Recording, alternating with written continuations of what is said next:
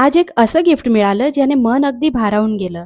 काय ते सांगतेस, पण त्याआधी नवरात्री सुरू आहे त्यामुळे दारात हळदीचं लेपन केलं, पूजा केली, स्वयंपाकात वरणफळ करायचं होतं त्याची तयारी केली. खाऊच्या या बरण्या खाली झाल्या होत्या त्यामुळे त्यात देखील गावावरून आणलेला गव्हाचा चिवडा भरून घेतला आणि मग स्वयंपाक करून घेतला. ती शेंगदाणा कढीपत्त्याची चटणी देखील बनवून घेतली आणि मग शेवटी पार्सल उघडलं.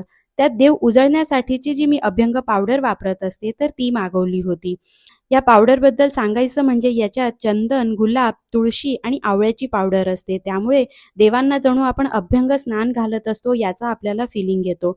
आणि सोबतचं फ्री गिफ्ट म्हणून वृंदावनची पवित्र रस मिळाली. ही पाहून मन अगदी आनंदाने भरून आलं. नवरात्रीत अशी पवित्र रस घरी येणं म्हणजे जणू देवाची कृपाच वाटली.